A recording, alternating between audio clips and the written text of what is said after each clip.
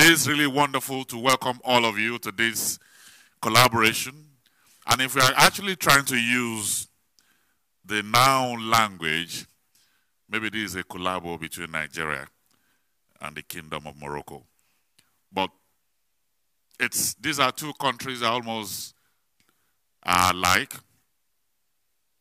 Morocco is the 5th largest Arabian country, with its Berber, Arabian, and European cultural background, almost like Nigeria, colonized by the British, wonderful multicultural environment.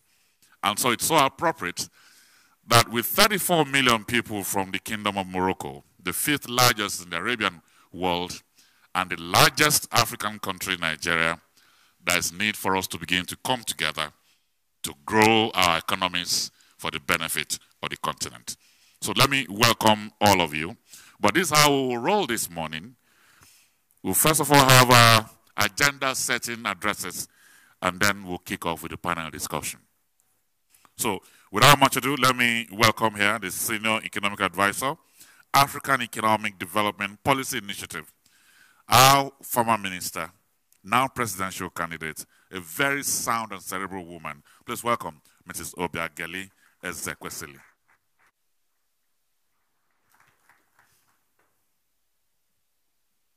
You're welcome. Thank you. Ladies and gentlemen, it is on, okay. Good morning. Good morning. Yes, that's what we're known for. We always respond when we get a greeting.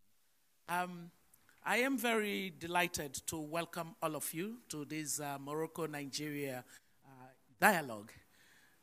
Strategic partnerships between countries really have become the way to go, especially at a time when the world struggles to continue with the spirit of multilateralism.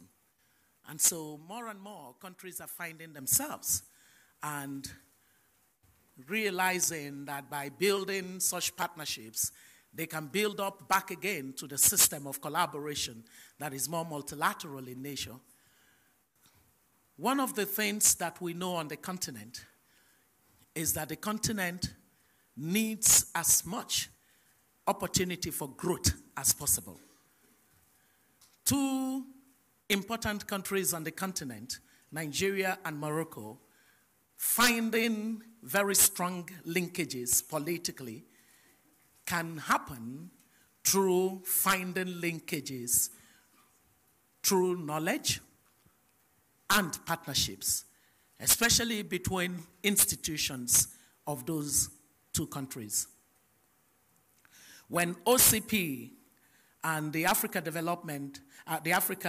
Economic Policy Development Initiative, which I head, began the conversation on a collaboration, the immediate thought was NESG, our flagship private sector think tank, needed to be part of that conversation, and in a very strong way. And so this morning, I really want to acknowledge you, Laoye Jayola, and where is Feyisayo Ajayi, for the amazing, please help me to clap for these two people. Come on, do you want me to pay you for the clap? Is that why it is so? Don't be miserly with your clap. They actually did some brilliant work to get us to where we are today. It is with tremendous delight. Welcome you to what's going to be a very rich dialogue. We know that for some of you that are keynote speakers, we're going to do slightly late, but the fact that you have humored us by coming to speak at this event is really praiseworthy. I want every one of us to imagine that the GDP of Nigeria at less than 400 billion today, probably about 375 billion, and that of Morocco at about $309 billion. That it is miserable a number for these two countries, because we know that they can do much more than that. If they're going to be able to do much more than that, it means that knowledge, finance, and partnership have to be lined up in a coherent and deliberate way. Imagine that we wait on the political system to make this happen. The truth is, we could wait for eternity. But if we helped the process of showing evidence of how strategic partnerships worked in the past to move economies of countries in such partnerships forward, we would be able to get the quick political buy into the idea of leverage between the two countries. As deeply at the World Bank, there were some lessons that Morocco held. The ports of Morocco was the least competitive in that region at some point. And then it embarked on vigorous reforms that changed the outcome as far as logistics is concerned. And so when Morocco says it is the pathway to the rest of the world, it's not a boast. It actually is stating based on evidence of what worked. Such opportunities to share knowledge cannot at all be underestimated. I have seen countries that didn't even add anything to what other countries did, simply took the knowledge and adapted, and something better came out of it. In the case of Nigeria, we are leaders not just in our sub-region, but on the continent. But the fact is, our continent still struggles with economic integration, especially continental trade. For continental trade on the continent to be less than 15%, compared to other continents averaging at least 35 to 40% across the other continents of the world. The Americas leading behind the champions of economic integration and trade, Europe, at more than 70%. The Americas at about 50% to 55%. The South Asia at about 45% to 50%. We are the laggards in terms of continental trade. And we know that without trade, it is almost impossible to have the kind of economic growth that would make a dent on poverty on our continent. To that extent, therefore, this relationship that we nurture between the ideas and the knowledge of Morocco and the ideas and the knowledge of Nigeria is a step in the right direction. This first event is going to lead to the second event that would happen in Rabat in the coming year, and we would continue with this until we get to the point where we add other partners to the process. Business must discover business. Think tank must discover think tank. Persons must discover persons. And then governments discover governments. We welcome you to a very interesting conversation. The two countries currently must tackle the issue of slow growth as quickly as possible. The basis for economic productivity and competitiveness depend very much on the topics that we're going to be discussing today. Issues of fiscal and monetary policy and the struggles that we have with them, especially within very troublesome political contexts. These are important topics that will be discussed. Matters that concern the youthful segment of our population, the ones that will be the basis of our productivity going forward. This we're going to hear from parties from both countries. We're going to look at the issue of resource mobilization, what innovations exist. We're going to look at issues of the barriers that stand in the way of businesses. How do we remove those barriers? How do we grow the productivity of operations within our two countries? We will look at issues of energy. One of the stories of my dear friend Karim's country that we love to talk about in those days at the World Bank is the biggest renewable energy operation. That's amazing. that it is on the continent is something that makes me very proud. We need to learn some of the lessons as we prepare ourselves for a post-oil Nigeria. What are the opportunities that we immediately see? The trans-border infrastructure development agenda is huge between the two countries. How do we accelerate the process? What are the kinds of policies, the institutions, and the kind of investments, whether from government or from private sector, that we need in order to make this happen? I think I have raised your curiosity as to the conversation that we'll be having. I will now leave it to our panelists because we have very good panelists. We have our own Ben Akabweze, who is Director of Budget for Nigeria, and then we have our friends and brothers and hopefully sisters from the Kingdom of Morocco. I welcome you again, ladies and gentlemen, to what promises to be a stimulating cross-fertilization of ideas today. Thank you very much. God bless you all.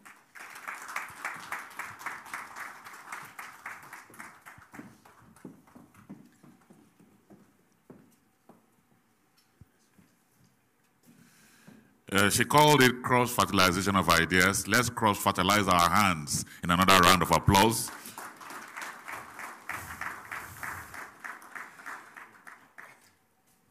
The Nigerian Economic Summit Group is a think tank, according to the former minister. Probably the OCP Policy Center is the Moroccan version of the NESG, where they are trying to find a marriage and a bridge between policy and research. The managing director is here, Mr. Karim El Anoy. He's here, and I'd like to hand the microphone over to him. Thank you. Thank you very much. Let me thank you all for welcoming us here in Nigeria. It's a pleasure to be with you, and a particular thank to Obi and Jayola for hosting us here, and welcome to you all participants and speakers for being with us and interested in what we're trying to do here. Let me say that it's not by accident that we are here. These are maybe long-standing relations now, a couple of years that we've been exchanging together. You came to Morocco, we came to Nigeria, and we have an intense dialogue on all issues that will define our future, our common future as middle-income countries of Africa. And I think I would like to say 3 points. The first, who we are, the Policy Center. Maybe for the audience, it's good that I say a few words. Basically, we are a fact-based, empirically oriented think tank. We ground our work in academia and rigorous analytical work in a way that it is useful for policymakers. So we have a passion. Our obsession is better public policies. This is really what we're trying to achieve. And it is also dialogue. We are always trying to search to understand others. So we listen, we exchange, we create opportunities with partners like NESG and AEDPI for an opportunity to have a dialogue. So please don't hesitate to reach out to us during this day. And we are here also to listen to you, to what we could do in the future, ideas of initiatives, new partnerships. You should take us as a platform. So we provide a platform for you with our partners to better understand Morocco, of course, but to also work together for better policies for our countries. The world is complex. There is no silver bullet to solve, for instance, the employment challenge in both our countries. Capacity is an issue. Capacity to formulate complex public policies and to implement them is a challenge for all countries. It's possible, there are successes, both in Nigeria and Morocco, but we need to do more. And our institutions, and this is where we meet our partners,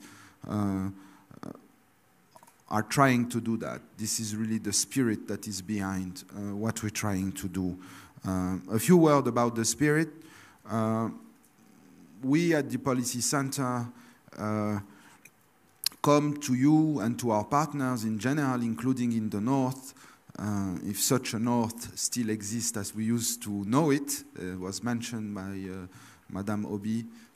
Things are changing around the world.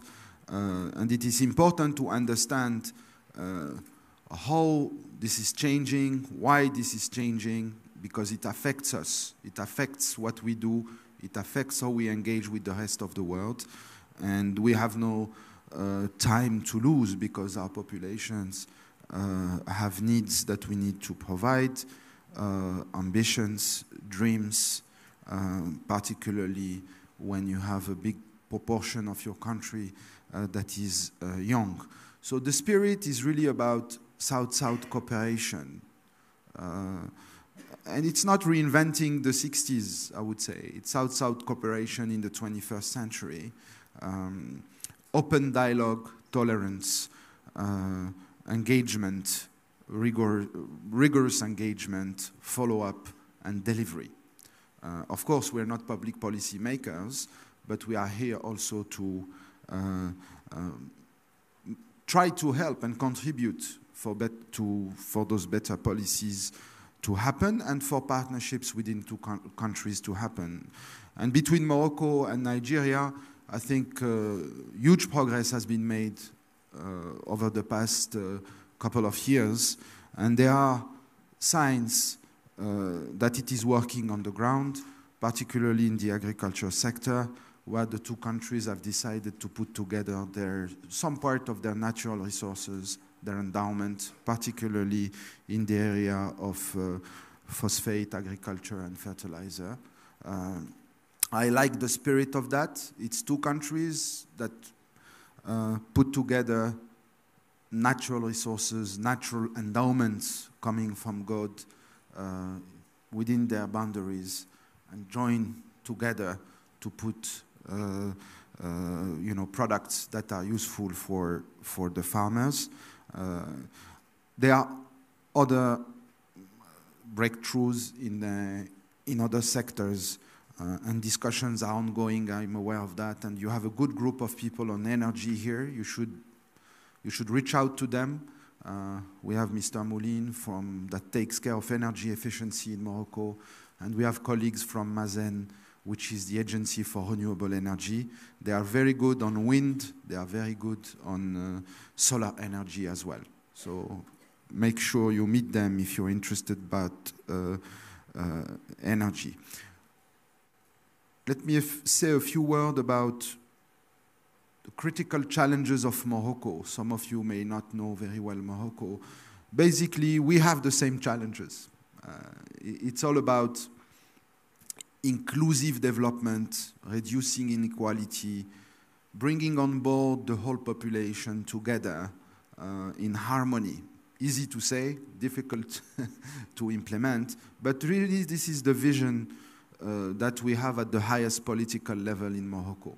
Inclusiveness, bringing people together, making sure that a youngster in Morocco are well educated, healthy, and can dream and carry on their own projects. So that is very important. Then you make sure you have the right policies to do that. Unemployment is a big challenge for Morocco, youth unemployment, which is quite high. I'm aware that in Nigeria is the same challenge as well. Bringing also social protection, safety nets to the population. It's a huge agenda, but it's feasible. There's also, I think, and Madame Obi mentioned that, I think network infrastructure, connecting the countries physically through grids, infrastructure to exchange commodities, logistics, transport, connected port, etc., has a huge potential to boost economic growth and win-win partnerships for both countries. Another example, and I think we'll have this in the panels, is about how we build together value chains. And as you know, they are organized by firms, not by state, by nations. So we need to provide the right condition for these value chains to emerge across Africa, and particularly between Morocco and Nigeria, which we are looking at today. And this takes good policies from governments. This takes to have seamless processes, harmonized regulatory frameworks. And we can start to do that. This is an example I give you. We can start to do that through integrated, seamless free trade areas where we have the exact same regulatory framework, both in Morocco and Nigeria, for instance. And this can be pilot zones that we have both here in Morocco and here in Nigeria. So we have other examples that can be, very concrete, where we can make progress and we can ask also our policymakers to implement. This is also this kind of exercise between think tanks offering a platform for a larger group. It's also to produce a public good, a very important public good. Difficult to create, but so precious. It's about confidence. Confidence and people-to-people relations. It was mentioned by you, Madame Obi. Very important, because confidence reduces the transactions, costs, the frictions, all the negative effects of the absence of trust. So we would like to engage with you individually and personally, so please don't hesitate to reach out to us. We are about 12 or 15 from Morocco here, so we can deepen our common knowledge and engage with you. We have been quite engaged with your younger generation, as we have at the Policy Center a program that is called the Atlantic Dialogue Emerging Leaders. And I think Lilia is here. Can you stand up, Lilia? Voila. Lilia is here and she's managing this program. I think we have a good group of Nigerians, maybe 20 or 30. That's the number, about. We have about 250 of those emerging leaders that have gone through our program over the past 5-6 years. And so 20 or 30 Nigerians that have gone through that. And I think we have a few of those emerging leaders here. Can they stand up somewhere? Where are they? Voila. 4 of them. So 1 is Moroccan and 3 Nigerians. But they are across Nigeria. I think the big chunk of them is from Lagos. So we always invite them to our events. So they have a good knowledge of Morocco. They have the good knowledge of us. So please don't hesitate to make sure we count on you also to make the connections. Let me stop here, and let me also thank the Moroccan Embassy and in the person of Mr. Tagma, Ambassador Tagma, for all your help and your kindness for helping us here in Abuja. And I think this is only the start. We will do more. We are hoping to do, as it was said, a second edition in Morocco. And we will continue to play ping pong, Morocco, Nigeria, until we play tennis, and then we'll play soccer together. So larger group and more intense interaction. So please enjoy your day, and thank you again for being here. Thank you. You can take your seat. Thank you very much for choosing to play ping pong with Nigeria on the intellectual level. We appreciate you. Thank you very much. Very quickly, we'll constitute the panel. Let me welcome our moderator and chair of session, Dr. Tayo Adviloju, Senior Fellow, Public Policy, Nigeria Economic Summit Group. I'd like to welcome you. The man is fit both intellectually and physically. I'd like to also welcome, he's already seated here. Let me welcome one of the best budget brains on the continent, the Director of Budget, Federal Ministry of Budget and National Planning, Mr. Ben Akabweze, is also joining us up here. And finally, is a man I love to call the intellectual's intellectual, Dr. Doyin Salami, Lagos Business School. So, over to you. Good morning. Okay. So good morning, Your Excellency. Good morning, Your Excellencies, distinguished ladies and gentlemen. So welcome to the first plenary for today. It's on fiscal and monetary policies in times of uncertainty. So I think the agenda-setting presentations have kind of set the tone.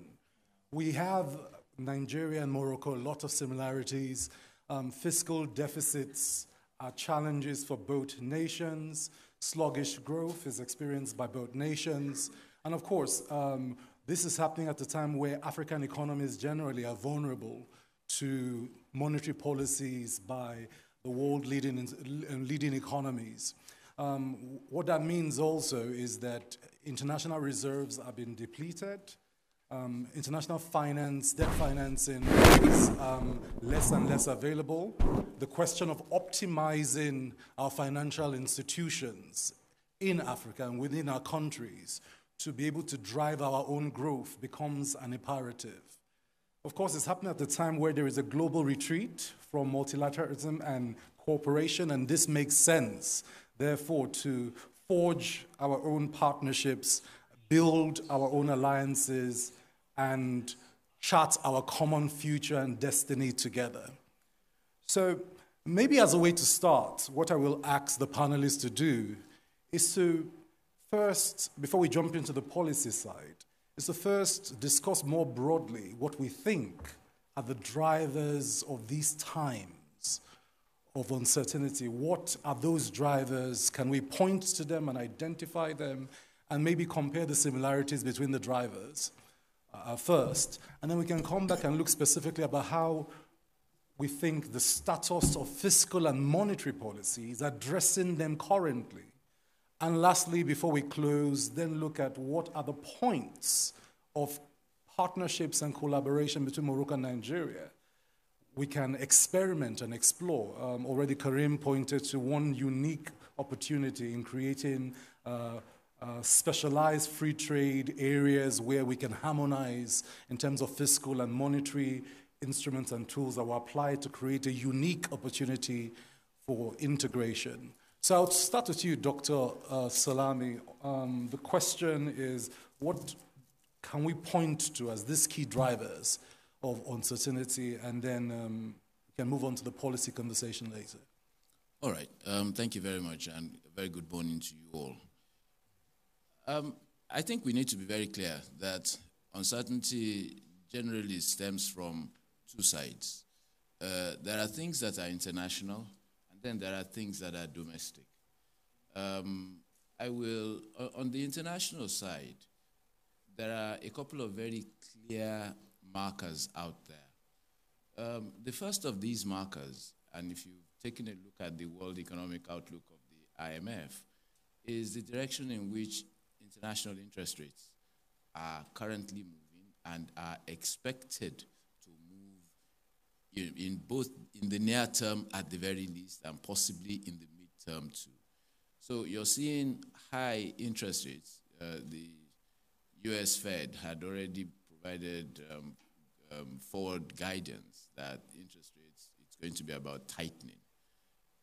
And the challenge also is going to be exacerbated by a growing US deficit, which will put further pressure on interest rates. So that's one certain issue that we need to bear in mind. And of course, as interest rates rise, the attractiveness of emerging markets, especially to portfolio investors, continues to diminish, even though some would argue that, yeah, we really would rather FDI rather than portfolio investment. So that's the first of them. The second is the dynamics of the oil markets. And for Nigeria especially, right now oil prices are in a comfortable range. But there is a school of thought which argues that oil prices could go as high as $100. Nigeria may not mind, at least from the revenue side, but it also does have downsides. Globally, the global economy is rather weak. And so the question around whether or not the global economy can afford $100 oil is an important question. My sense is it probably will not get to $100, but it's a possibility. Added to that, you've spoken about the issues about a retreat from, shall we say, multilateralism to nationalism. And that, again, begins to, that now creates new dimensions, new tensions that we cannot afford not to pay attention to. In my view, I think these international trends are issues that we really do need to pay some attention to and figure out what growth paths may exist for us. On the domestic side, at least for on the Nigerian side, the forthcoming elections, it's nothing unusual. We're a democracy. Every so often we must refresh, renew the mandates of our governments. But whether we like it or not, it does come with uncertainty. Any contest that has two potential outcomes means that there is uncertainty. And to that extent, the challenges around international interest rates and FPI capital movements are also exacerbated by the uncertainties that an electoral contest must necessarily bring. In a sense, there is a bit of stability, or at least an attempt at stability, which I'm not sure I fully agree with, when the Central Bank of Nigeria says, you know what, guys, ahead of these elections, we're going to try and keep the environment stable. We're going to keep interest rates stable. We're going to hemorrhage foreign reserves. We're going to try and manage inflation. Now, all of these would generally point to a tighter scenario than perhaps would be good for business. So in my view, there are both international and domestic factors that are driving the uncertainties that we currently are seeing. Okay, so maybe to Mr. Benakabo is he basically manages and plans the budget of Nigeria. So I think in planning the budget, he sees clearly, maybe more than anyone else, the range of uncertainties that you have to consider in determining how you will fund the budget and how you will execute it. So from your end, sir, I mean, how do you view the drivers of this uncertainty? How has it played out over the last few years from your point of view? Ben? Well, thank you. And as we say in Nigeria, all protocols observed. All protocols. Basically, you're right. We live in a very uncertain world, and of course, we have to plan against the background of those uncertainties, some of which Dwayne has spoken to. But speaking up from where Dwayne left off, I know there's been a lot of concern expressed about the impact on the emerging and developing economies of the normalization of monetary policy in the U.S. and other major economies, and the rising interest rates and what implication they could have for the flow of capital to countries like Nigeria and perhaps Morocco to an extent. But sometimes I think that, and of course we've had to take this into account in our own planning. But I think perhaps while it is important to keep an eye on that right now, the way things stand, I think it's a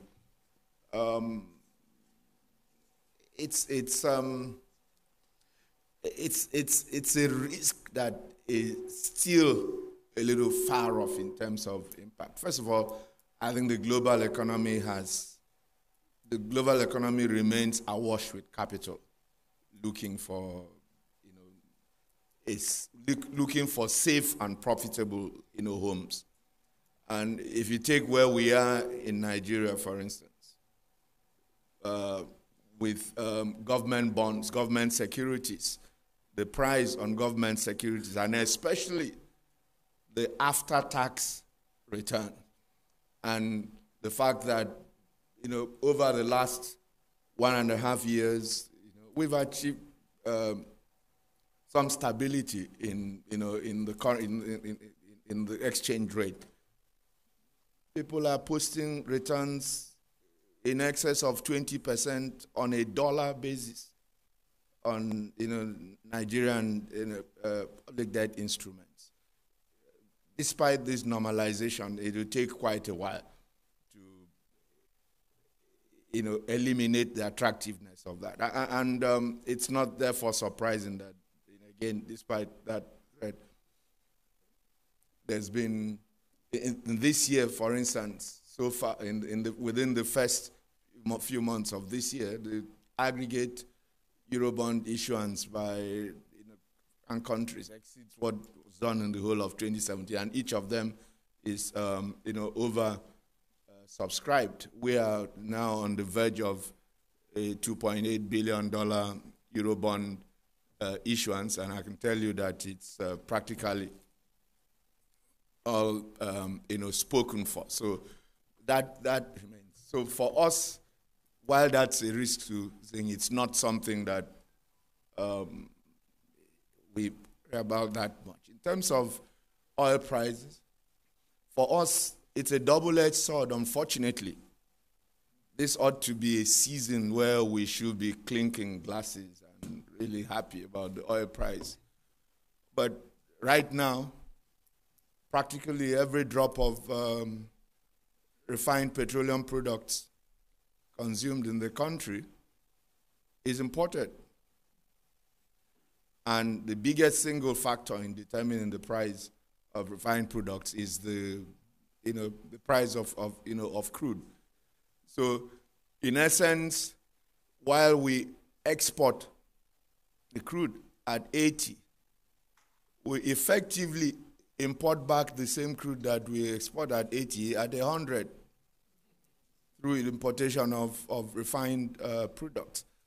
And that explains why, despite the strong oil prices, we're not seeing a corresponding strong growth in government in government revenues, because at the moment,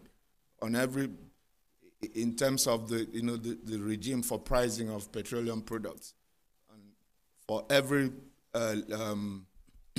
liter of petrol of PMS, there's a 53 naira. There's a 53 naira under recovery in terms of,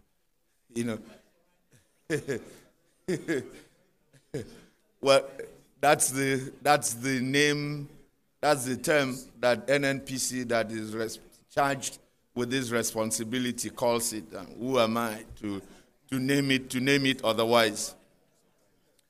So that represents a significant policy, challenge for us, and so the need to diversify the economy remains, critically, urgent.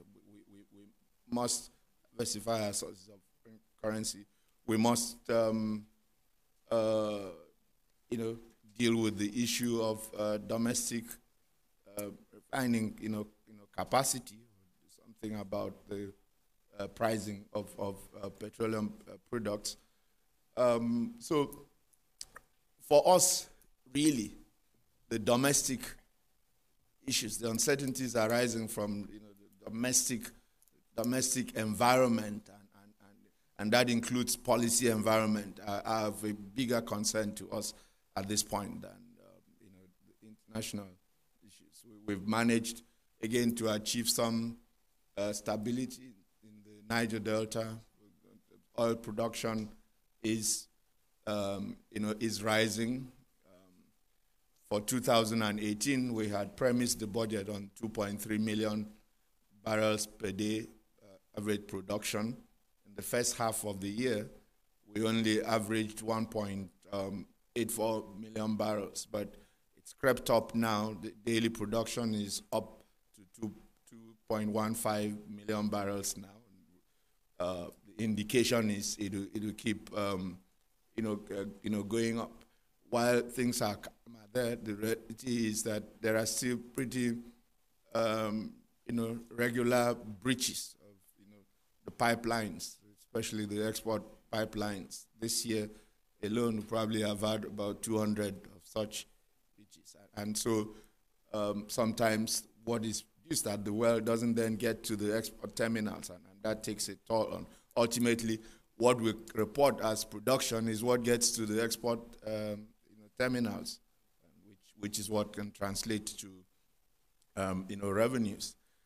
Domestic interest rates remain high. I'm not sure whether I should pause here till we get to the policy discussions, but we will get to domestic interest rates in a minute, because I'm going to come back and circle around the fiscal and monetary policy status and how it's impacting us today and where we go from there. But Karim, you listed in your... I just wanted to then, in terms of the general risk issues, speak to one challenge, and that's security. As I said earlier, the domestic issues worry us more. The Northeast is a lot better, a lot calmer. I mean, economic activity has returned to most parts of the, Northeast. But the farmer-header clashes, thankfully, again, things have quietened up a bit. But earlier on this year, that created a significant, challenge for us. And so, for instance, in the agriculture, which accounts for over 20% of GDP, in the first quarter, that sector grew by 3%.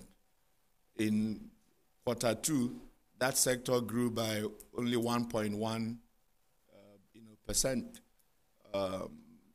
largely on account of the these insecurities, and that's a major factor responsible for dragging down growth. So that is an issue that we need to so security, domestic security is critical, and of course consequently we've had to be devoting very substantial resources to dealing with all of these security challenges.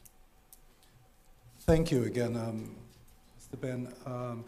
And just a point on the Northeast, whilst we see some recovery in communities, the NESG's preliminary assessment, which is barely 2 months old, shows that it's hard for farmers to commence economic activity, because whilst smaller communities are secure, when you want to now go into acquiring hectares of land for cultivation, you're dealing with a broader security perimeter to cover, and the security forces simply are too stretched to do that. So the point where we would start to discuss economic reconstruction is the point where we can put our farmers back to work in terms of the agri sector there. Well, Karim, Morocco also has experienced some slump in agriculture value added to GDP in the last year for some different reasons. Do you want to speak to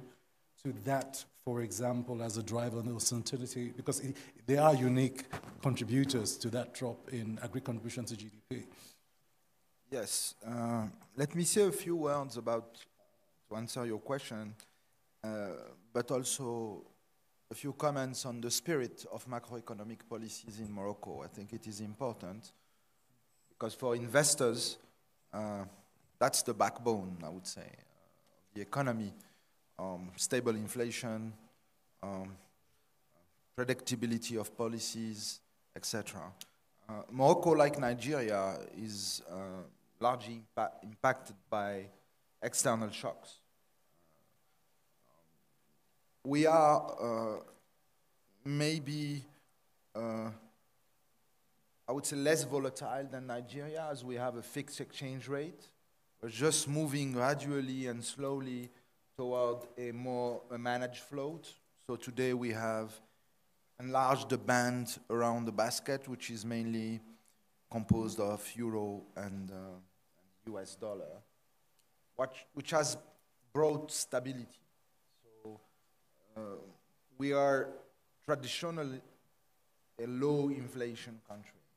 If you take Morocco's inflation rate over the past 60 years, it's about 5%, which is more or less the G7 inflation. Of course, it comes with a, it's an advantage, but it also makes monetary policy a bit more rigid than the framework you have in Nigeria, where you adjust the exchange rate more regularly. It has proven useful for foreign direct investment. Average over the last 10 years, FDI in net terms, is about 3 percentage points of GDP, which is quite robust over 10, 15-year period. And it's slightly lower than 3% if you start from the 2000s. So I think there are lessons to be drawn in terms of what you get from being a bit more rigid in your macroeconomic policies, but of course the flexibility you need to adjust to shocks. And that's a little bit more cost experience in that area. That means that you have to conduct prudent fiscal policy. So there is a real, very strong culture of macroeconomic stability in Morocco that we have built on I would say, the trauma of the structural adjustment of the 80s. And Moroccans have said never again. And actually, we have not drawn on the IMF, apart from a liquidity precautionary line. We have never drawn on IMF resources since '93. So that's, if you want to understand the culture of fiscal and monetary policy in Morocco, is very important. It's I would say, has less volatility than countries at its level of development. Much less. It's an outlier. The only volatility, and that's the link with your question, is in agriculture, although it has come down over the past 10 years. And I have to say, productivity in Morocco in the agriculture sector has increased by about 9% on average. 9% on average. Since 10 years. Why? Important subsidies to investment. So there has been a strong and sustained reallocation of investment toward the agriculture sector, incentivized through subsidies. The problem is that it is capital intensive.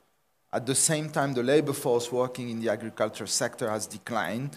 The share of agriculture sector in GDP, the value added in Morocco, it hovers, but on average it's about 14 to 15%.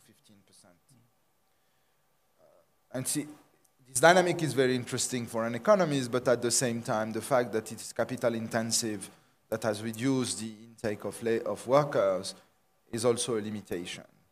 And that has been through, of course, investment in irrigation, investment in drip irrigation particularly, improve seeds, fertilizers, innovation basically. And the response has been quite strong. So that's interesting. I would like to say one point.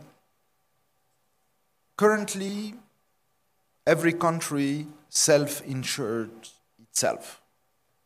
How do we self-insure ourselves? When you are a central bank, you accumulate reserves.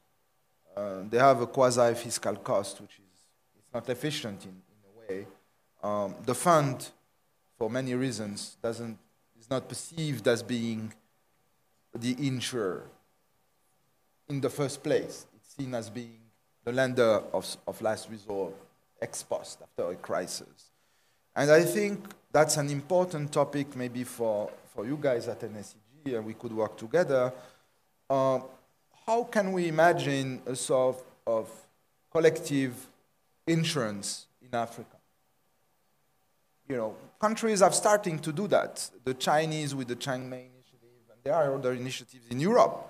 The whole reform of the Financial Stability Pact, etc., in Europe is in a way to self-insure collectively, because insuring yourself alone is very costly. So that's something we could work on. What role for the African Union, by the way, on that one? I don't know. I mean, just ideas that I'm throwing. But I think we need to have a discussion how we can self-insure together. There's also a mental bias, and I'm risking here a little bit, but we are more looking, you know, what advanced economies are doing than ourselves. So everybody is following the, you know, monetary policies of, let's say, Europe, if you were anchored to the euro, and the US. And there's something there, I would say, that's not natural. So we need also to think how we can get out in a way. Of course, it's a global financial sector is for countries that are integrated. It's very important. But there's also we need to think together on how we can sort of self-insure and build sort of safety buffers. What I will do together here is let me let Dr. Salame jump right into this conversation at this point and speak to maybe a couple of issues, and then we can start to pull that together. I think the question of price stability and the role of central banks, and in this case, our central bank and our Ministry of Finance, particularly in what we experience as a very highly volatile environment over the last few years, points to this question that Karim is raising about more rigidity versus more flexibility, and what tools do you pull to deliver the optimal environment, one hand for FDI competitiveness, which of course Morocco has, and the financial system stability that drives sustainable growth? Well, I think there is a philosophical issue that must be addressed in making some of these choices. And by that, what I mean pretty much is very simply that, yes, all countries pretty much agree that high inflation is not a good idea. This was a contentious issue in the 1970s and the 1980s, but I think now we're pretty much agreed that you should strive for low inflation. However, simply because it's good for investment, Now, but the challenge then becomes, how do you want to achieve low inflation? And so if your notion is to say, do you want to trade flexibility do you want to trade volatility for rigidity? It's a question that must, policymakers will have to answer. I'm one of those who takes the view that markets can, properly arranged, be used to manage and hedge some of these volatilities. Thank you. That markets can.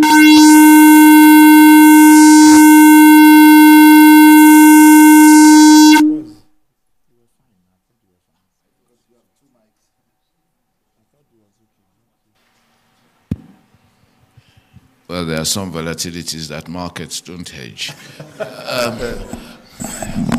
But my view is a very simple one. I'm one of those who would stay on the side of allowing markets to hedge, to be developed such that you can hedge these things, such that the efficiency in resource allocation can come through in the decisions we make. So for me, we don't like, inflation has got to be managed. It has got to be pressured in a downward direction, preferably single digit. You may choose to say we do it gently, as opposed to we do it in one go, which could in itself be a source of uncertainty. And in addition to that, I think government policy making, doesn't matter whether it's fiscal policy side, monetary policy side, there is a case to be made for the articulation of an approach so that we have a clarity about how policymakers will respond to certain things. Because right now, the example that Karim's given simply tells me, as an investor, this is what's going to happen in Morocco. It's a fixed exchange rate pretty much, and therefore, as an investor, I know what's likely to happen next. For Nigeria, I'm not so sure whether it's a fixed exchange rate. The only thing I am sure about in Nigeria is that Nigeria has a preference for a strong currency, which we tend to associate with national virility. I've spent about 10, 12 years looking and being part of the policy environment, and that's the conclusion that I have reached. Now, in my view, it's a wrong way to go, but it also then speaks to that thing about how would you react, how would you respond, but that's also driven by where do you want to go and how quickly do you want to get there. Okay.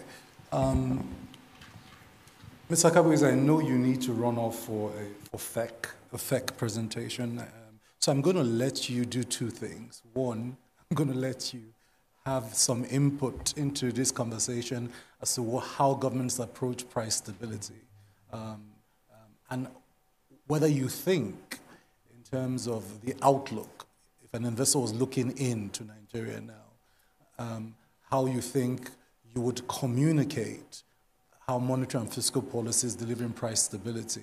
And I will let you have your last word simultaneously so that when you head off, we don't miss anything you would have loved to say. So I think we've been asked to use the mic, the mobile mic. That's fine. Okay. Thank you also for your gracious... Can you just... Your gracious...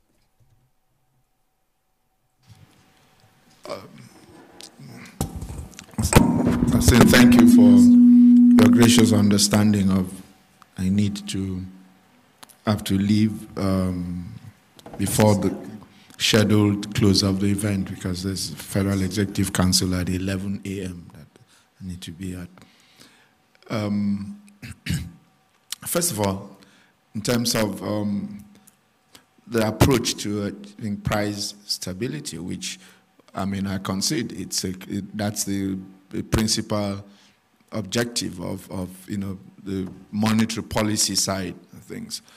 But on the fiscal policy side,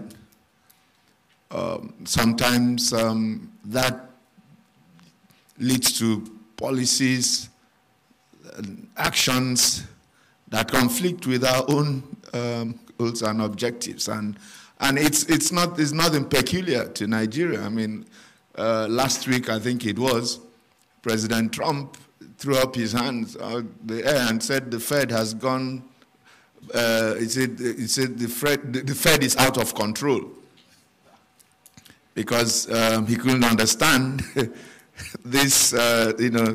The need for the Fed to put up interest rates, which, as far as he was concerned, was an attempt to spoil a party that was going on. The growth and things like that. And it's the same sort of concerns that we have, here when people argue about the need to raise interest rates to contain inflation and like that. We think interest rates are already extremely high, and being a major borrower on the domestic front that government is, the interest rate regime has significant implications for us, and that's why over the last 2 years, part of what we've been trying to do is shift the mix of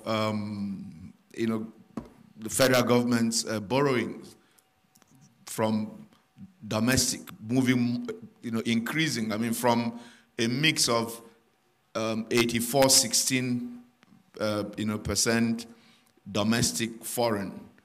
Our policy goal is to get to 60-40, 60 domestic, 40, foreign, because of the interest rate advantage. But of course, as you do so, you also create some future potential, vulnerability in terms, because now the foreign currency portfolio of your debt, increases. And so, but that's a policy choice we had to make domestically also, because we think that at the current level of interest rates, it's hard even for the private enterprise to to thrive, and so we think even for not just for the sake of government, for everyone's sake, that interest rates generally need to trend downwards. And yes, monetary policy purists like Doing will argue about all of that, but for some of us, we struggle over the last. I mean, it's gone on for so long. I can't remember how long they have held. The MPC has held, held ground. So held the MPR at 14%. So when we had inflation at 18.7%, it was at 14%. Inflation for 18 consecutive months, trended downward. We got to 11.14%, and then we crept up. So inflation at 11.14%, MPR is still at 14% that it was at, when we had inflation at 18.7%. And despite all of the talk about how you need the, interest rates higher than inflation, even during that period, it didn't stop. It wasn't the factor responsible at any time for stopping flow of even the FPIs and whatever. And now, of course, purists are saying, oh, inflation, for 18 consecutive months, inflation came down. We didn't bring the rate down. 2 months now, we've got a blip, 11.23, 11.28, and there's you see why we must get this up. So that's a discussion that we will continue to have. Hopefully, as we refinance some of the domestic debt into currency, we'll create more headroom for the private sector. But the challenge is, despite all the headroom that's being created, there's just the banks have zipped up, the banks have zipped up their vaults. They're just not lending, the money. So we must. That's something we must address. What would it take, to get the banks, lending? Recently, Central Bank came up with the idea of letting go some of the CRR, the cash reserve that is taken from the banks against, as an incentive to lend at single digits to the real sector. But so it's a critical domestic challenge that we must all, put heads together to find the solution. And it's not, there has to be some solution that, that works, even if it doesn't speak to the, pure, economic, policy theories. For us in Nigeria, lately, there's been a lot of debate, a lot of talk about, about government, borrowing. And those who talk about it are probably justified to express the concern. But, the truth is, I think that we are generally having the wrong discussion.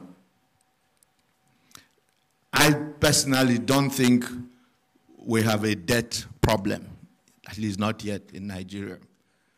But we have a serious revenue problem, which, if we do not address, will snowball into a debt problem. But instead of having a discussion around the revenue issue, we're talking about the debt. I mean, Morocco, for instance, has a 63%, debt to GDP ratio. We have a 20% debt to GDP ratio.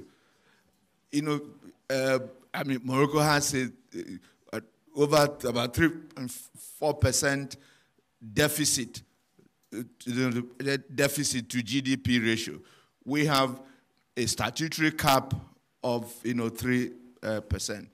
But the real issue is that in 2017, for instance, our debt service to revenue ratio crossed 60%.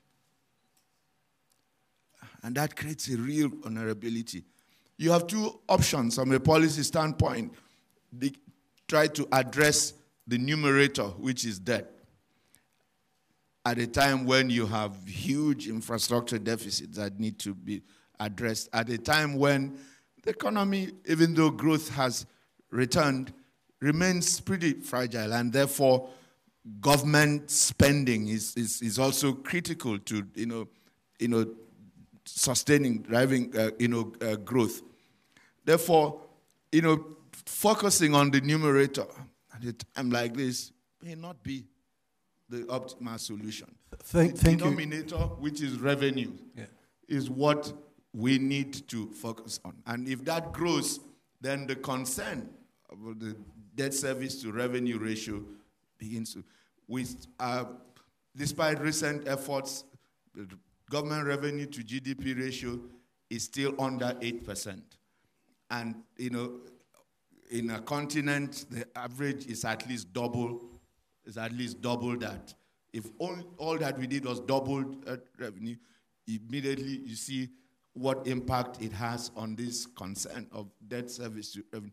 But perhaps it's an inconvenient discussion to have, because that means we all have to pay more taxes, we all have to pay more for government services, and so people don't want to have that discussion. People would rather have, it means that we all have to pay more for refined petroleum products, for instance, which is right now creaming off the top of, on the revenues. But when a move is made around that, you may have Occupy Nigeria, again, led by folks in this room.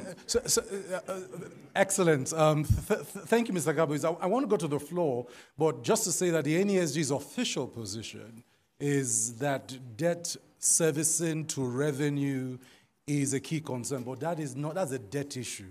The challenge is when we look at debt, we must put all the debt indicators side by side and not just one of them. So it is, debt to servicing is a debt issue. When we say it's not, it becomes part of the problem.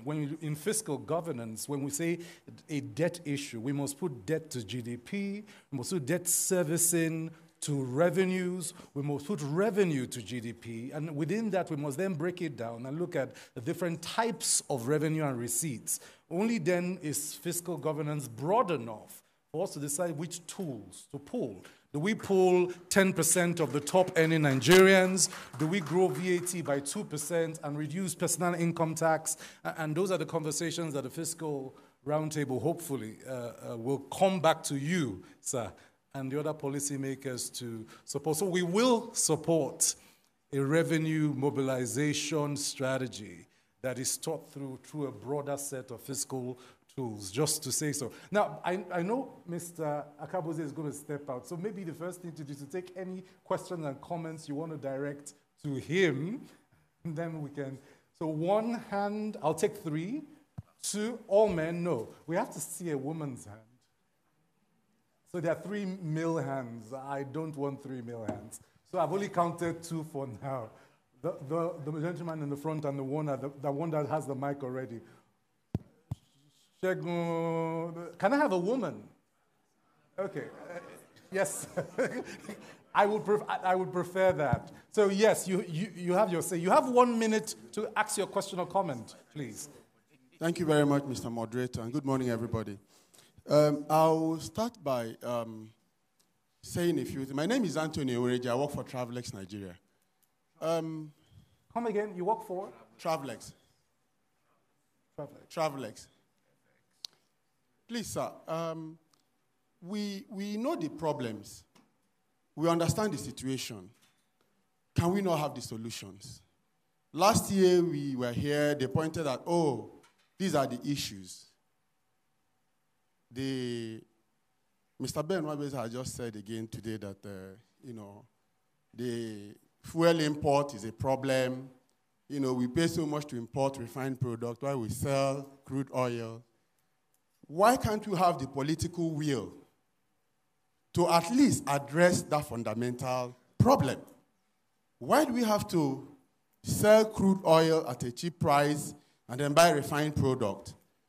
Can we not, as a country, decide from a policy directive to say, let's build one functional refinery to at least service the local need of petroleum products, than continue to sacrifice the privileges or the rights of the citizens by making a few Nigerians, a few people rich by subsidizing the importation of petroleum products? I think you got your point. So can we have the... we're going to have this gentleman, and then we'll have Dr. Obi. Not you. I can only have one of you. So decide in the spirit of brotherhood who's going to do it. I cannot have four. So let's go. Hello, okay, if it's quick, you can share. 30 seconds each. Sure. My name is Abiola Lawal. I run a small company called Flyboku. And I want to focus specifically on one issue, which is this issue of revenue. Mr. Akabu, my good friend Ben Akabu mentioned just now that we have a revenue problem. But I'm very concerned at what cost are we focused on that revenue problem? Because I believe we're killing a lot of businesses in our policies. Dr. Salami mentioned it yesterday during the plenary. Professor Lewis said the same thing. I think there's a lot of constricting and constraining policies coming out of this government that is killing the abilities of entrepreneurs to create jobs. We need to go back to the fundamentals of what fiscal policies should look like. I do not see, for example, why in a country where we have about 37 million small and medium enterprises, we cannot create fiscal incentives that companies in that structure, in that strata, every one of them that could hire 1 to 2 employees get 3 to 5 year tax freedom. Why can't we do something that's sensible? So I want to go back to that basis of our focus on revenue mobilization, because today, either at the state level, at the local government level, at the federal government level, LIRS, FIRS, we just want to make sure that at least for entrepreneurs, the fiscal policies really make sense. Thank you. Okay, point is noted. So, Dr. Obi, no, Dr. Obi, to be honest, Mr. Kabuze needs to run. So let's take 3 comments and then... Ben, it's kind of evident that what we're dealing with is substitution of reform with debt. The need to avoid tough and difficult reforms is putting a pressure on the necessity to borrow. And I think that that's what we need to take care of. I don't see the big ticket reform items of the administration, frankly. And that's part of the challenge that we have. So that in terms of going forward, it has to be to put some big ticket items of reforms. For example, I can imagine the pain with which you called subsidy under recovery. That baptism, the baptism that you have given to subsidy under this administration, it leaves much to be desired. That sector is calling for very tough, bold, courageous reforms. And I think that that's an agenda-setting item for all of us. Okay, so just quickly, let me come back for some comments. Karim, you wanted to say something quickly, and then Ben, and then Dr. Salami, and then we can come back in circles. Just to give you a flavor of the tax revenue to GDP in Morocco, so it's better to be in Nigeria for someone who pays taxes. It's about 24%. So if you add up all taxes, custom, income tax, and profit tax, so it's quite high, and there are other revenues, of course. So. Okay, let me quickly try and this thing, and frankly, I wish we were Morocco. That's 24%, 3 times ours. We'll probably not be having the discussion around debt service to revenue ratio if we were there. I'll try and answer the questions, not necessarily in any order. First, you know, Travelex. Let me see. When you say what are the solutions, I thought that what you would do is also proffer some solutions and say these are the things I think are the solutions, because of course government is doing what it thinks are the solutions, and you're saying it's not having the right system. So rather than stand up and say what are the solutions, is to say because it's a problem that we all collectively have to solve. That's why if a forum like this is put together. So we don't claim to have all the answers, okay? But then when you say, can we not as a country build one functional refinery, I can assure you that there are people in this room who will straight away disagree with you. That government, and that's the position also of government. Government does not want to put anyone more time investing in refineries. And that's why it's licensing private individual business people who want to build refineries. We know of one such major initiative. Unfortunately, I think the completion date has been put back. You know, Dangote is building a major oil refinery that will substantially be able to address the needs of this thing. So if your own solution is that government should go and build a refinery, I'm sitting here and disagree with you, and I'm sure many people here will disagree with you. Abiola, you know, at the time when we hear the revenues are this low, everybody, and that's typical private sector, you know, attitude in Nigeria. There's too much rentiering, too much rent seeking. Even in this situation of nobody can deny that we are a low tax environment. You know, truthfully so. But even in this environment, you're still looking for additional tax, additional tax incentives.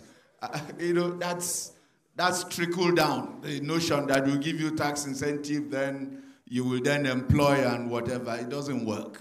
At least we don't think it works. And our approach at the moment is to start winding down on these, tax holidays and what. There's a World Bank study that proves that in economies like ours, those tax holidays, they don't incentivize investments. They just make investments that people have decided to make sweeter for them. Those are not the primary consideration factors that drive the decision to invest. Rather than give you that additional tax holiday, we will invest the money to improve infrastructure, to make it easier for you to do business. And that's what will create a sustainable need for you to employ more people. So on a policy level, I disagree again with you. My sister Obi is substituting difficult reforms with that. I agree that, and she's been government, reforms are difficult. Unfortunately for this administration, they were made more difficult by the fact of, us lapsing into a recession. And so, if you look at the economic recovery and growth plan, it states clearly there are goals for, dealing with this thing, but timing of policy is also, it states there, for instance, that on VAT, there's a plan to move VAT up to 15% for some items. But every time you try to do so, it states there that we need to raise VAT.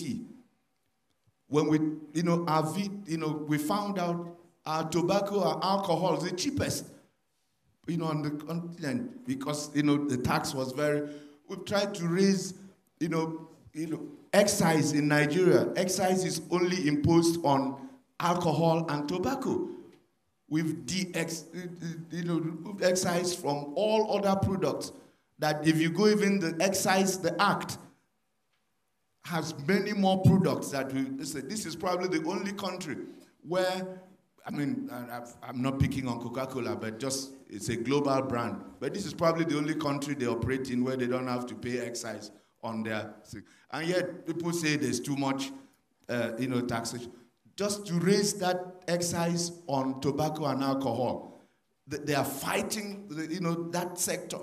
They're fighting everywhere, being everywhere, trying to keep that, down. So, unfortunately, this administration, did the highest, probably. It's not something to boast about, but in terms of moving oil prices up, the unfortunate thing was in making that decision, we then fell into this thing of putting a price cap. But this administration moved petroleum price from 87 naira to 145. That's a bold, as far as reforms go. That was, bold. Much lower levels of increase previously had shut down the whole place. But so, again, as you're emerging from recession, every time you want to do something, people argue, oh, the growth is still very fragile, this will dislocate things and whatever. So getting timing right and whatever is a challenge. But I do agree with you that there are major reforms still required. There's need for bold and decisive action, and that's something that thank you, sir. Thank you so much. Dr. Salami, we need to start to kind of tie up the session, so I will let you have some take on this subject. We will send you the readouts because we think that ultimately the policymakers need to have the result from this session. Thank you, sir. Can we give him a hand as he...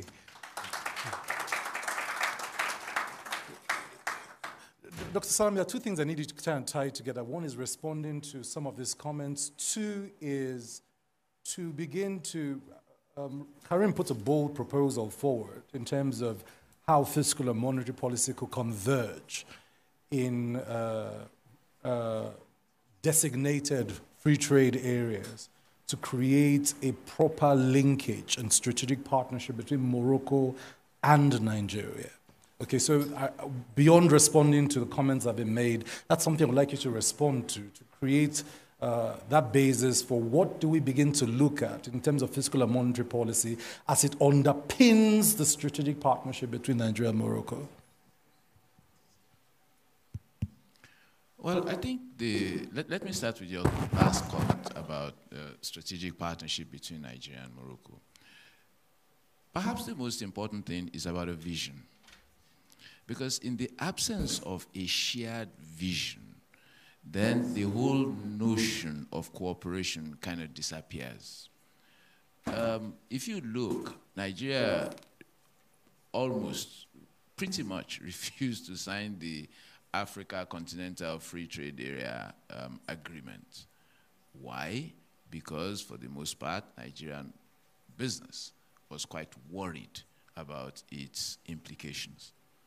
But when you look at that, for someone like me, it's actually a massive opportunity. Nigeria has the 4th largest industrial sector on the continent.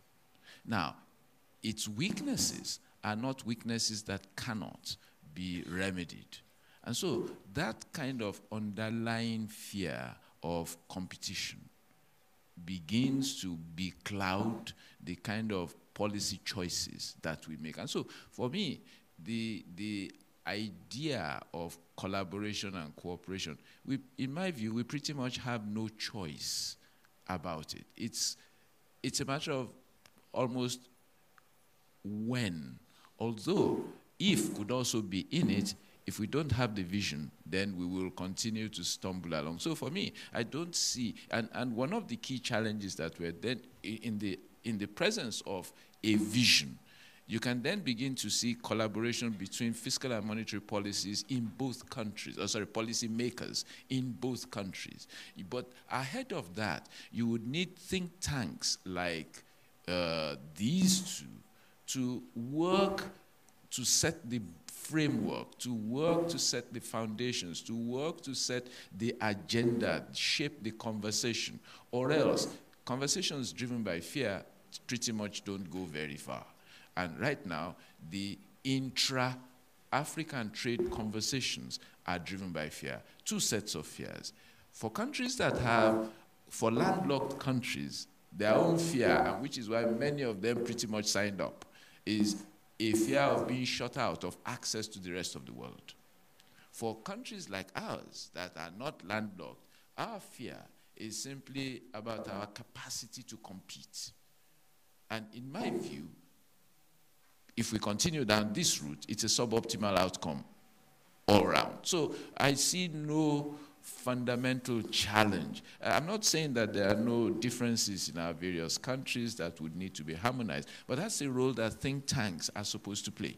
If they don't play that, then we lose opportunities that easily could come to us. I was interested listening to the comments around agriculture. And guess what? Nigeria is actually cycling back on agriculture big time. And so I'm sure there are plenty lessons we could learn from the Moroccan experience. If you look at the numbers for Nigeria, in 2010, 30% of Nigeria's workforce was in agriculture. By the third quarter of last year, almost half of Nigeria's labor force was in agriculture, which means, unlike the point Karim makes around growing productivity, productivity is actually diminishing, and sharply so, in Nigerian agriculture. So there are lessons that we really can learn at a macro level and on sectoral basis. The point Dr. Ezekwesili made earlier about renewable energy is also, these are things that I think massive opportunities for collaboration and mutual learning and mutual progress. I was interested to listen to some of these comments. On revenues, yes, we do have a massive revenue problem. Most of the people in here, for all their complaints about how they are taxed, actually don't pay taxes. And those who pay don't pay enough. Let's be very clear about the numbers. Let's worry ourselves. The African average on taxes is tax to GDP, revenue to GDP, my apologies, is 22.5. Nigeria is about 7.5. So we're doing a third of the African average. So all we're saying is, look, relative to what we're producing now, the size of our economy, the revenue yield is very low. The non-oil sectors, which are 90% of the Nigerian economy, are responsible for 3% of that 7% to GDP. So in other words, less than half of that very low 7% is coming from the non-oil sectors. When you look at most countries, the top 1%, 2%, 3% are responsible for more than half of tax revenues.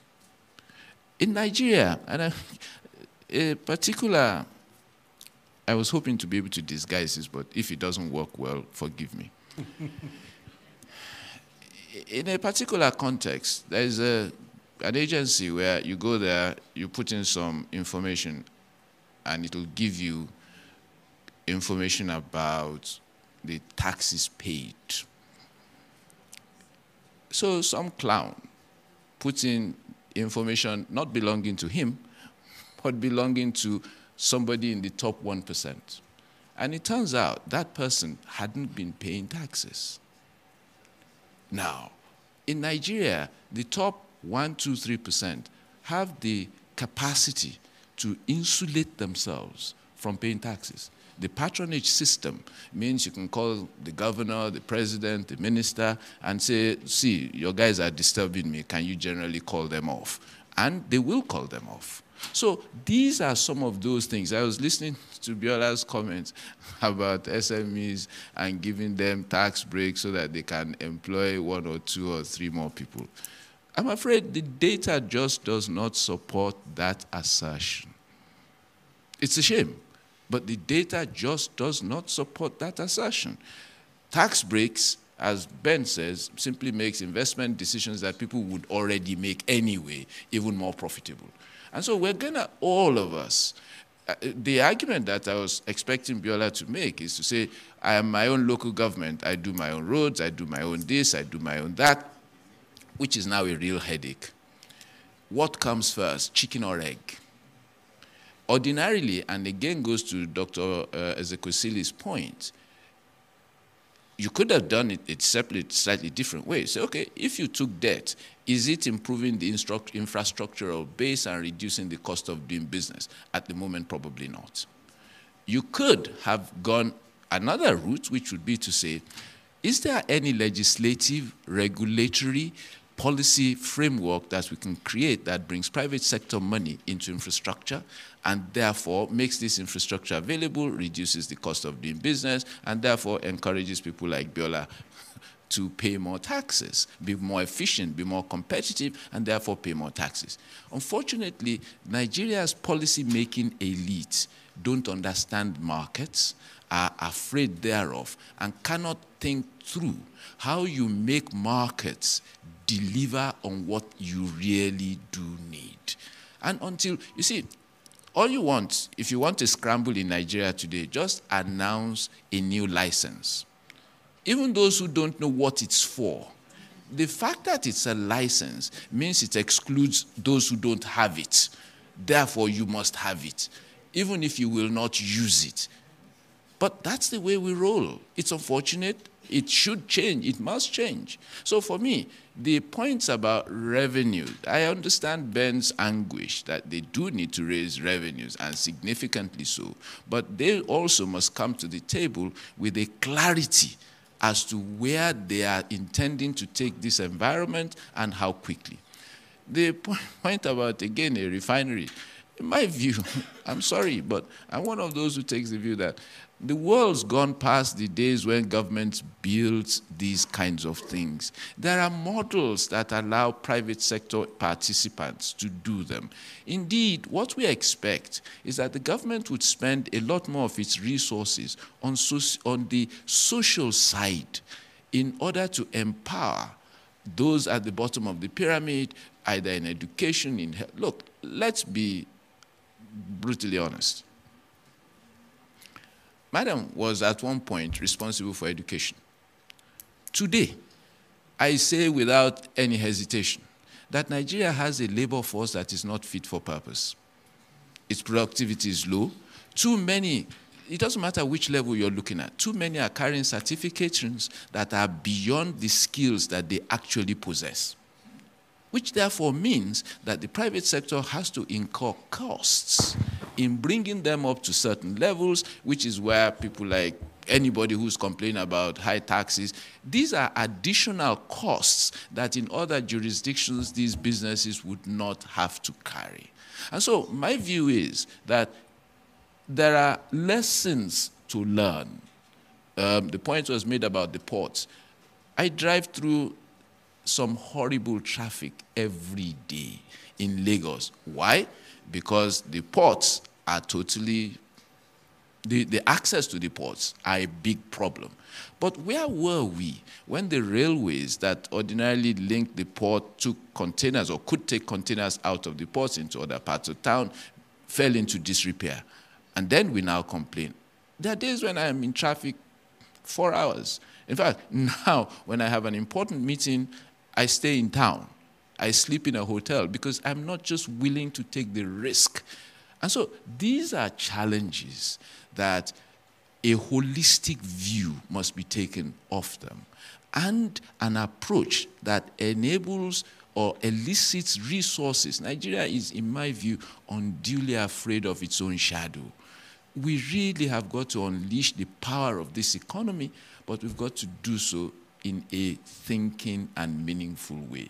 So if we're not going to do any of that, we're going to continue having this conversation. But to Karim, I would like to say, sorry, Karim, my apologies. I'd like to make the point very clearly that there are conversations around Nigeria-Morocco collaborations that will only happen if and when think tanks like the NESG and yours start a meaningful dialogue that speaks to research, that speaks to framing conversations, that speaks to putting data on the table, that speaks to putting options on the table.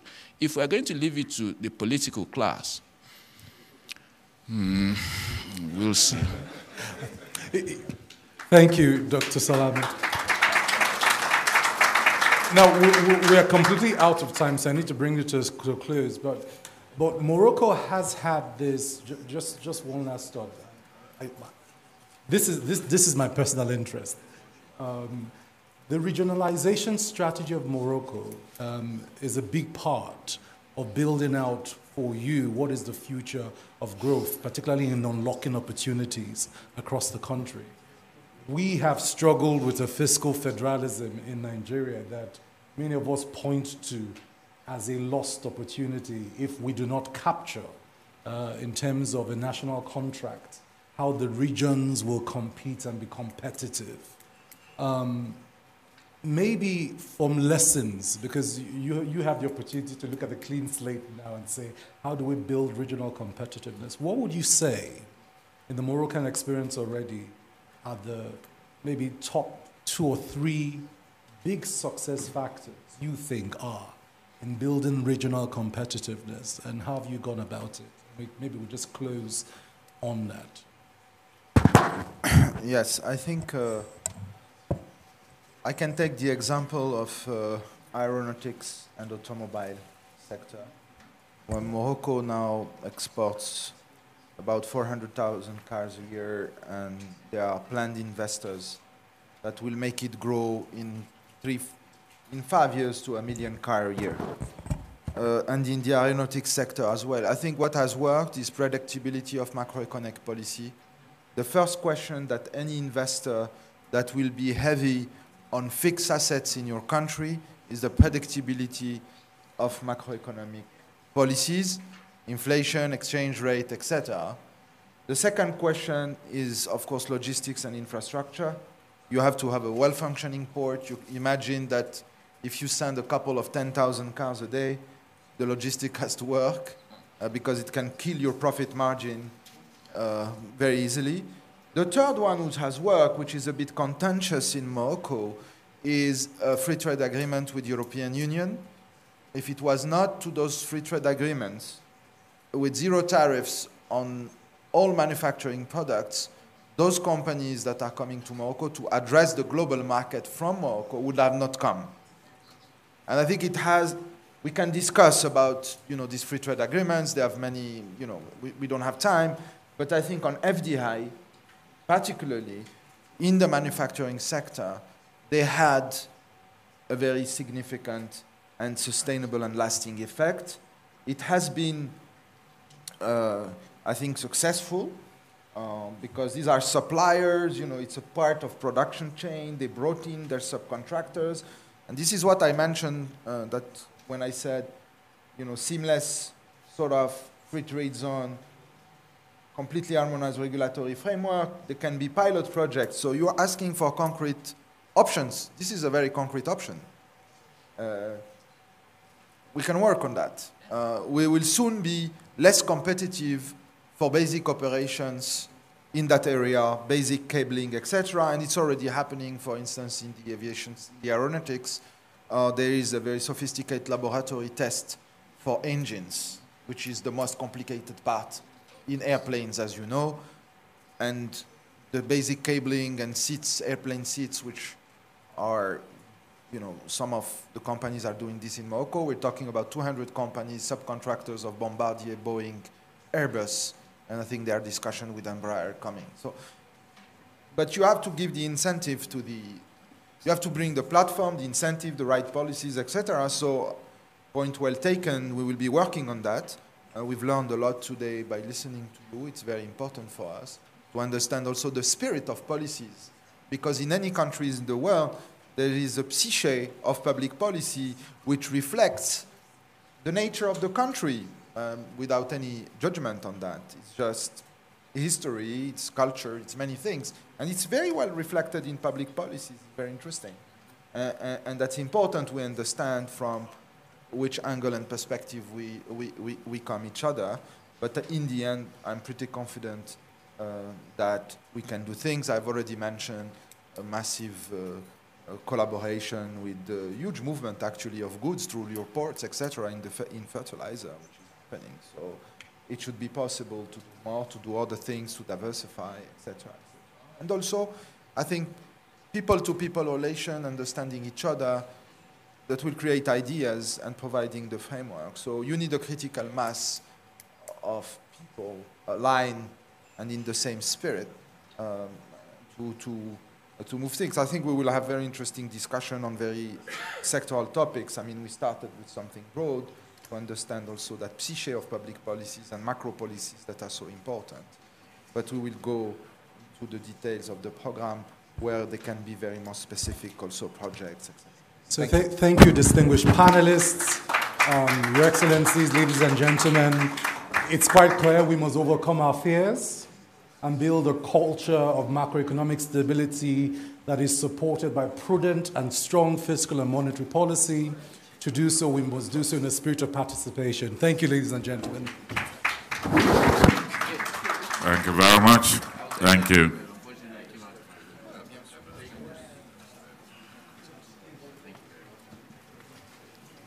Because we need to very quickly manage our time, maybe we'll just take a short coffee break, 15 minutes, grab your cup of coffee or tea, and come back to your seat, and then we'll take the next plenary session. Please. Stretch your legs. Grab a cup of tea or coffee, and then come back to your seat.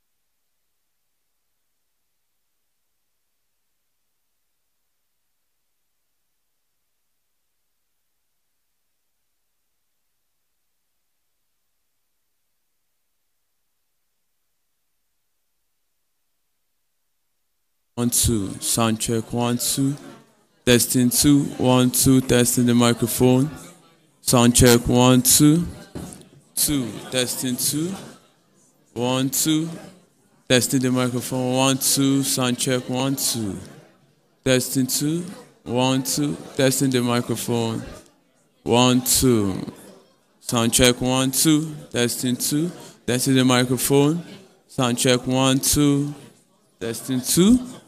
Testing the microphone. 1.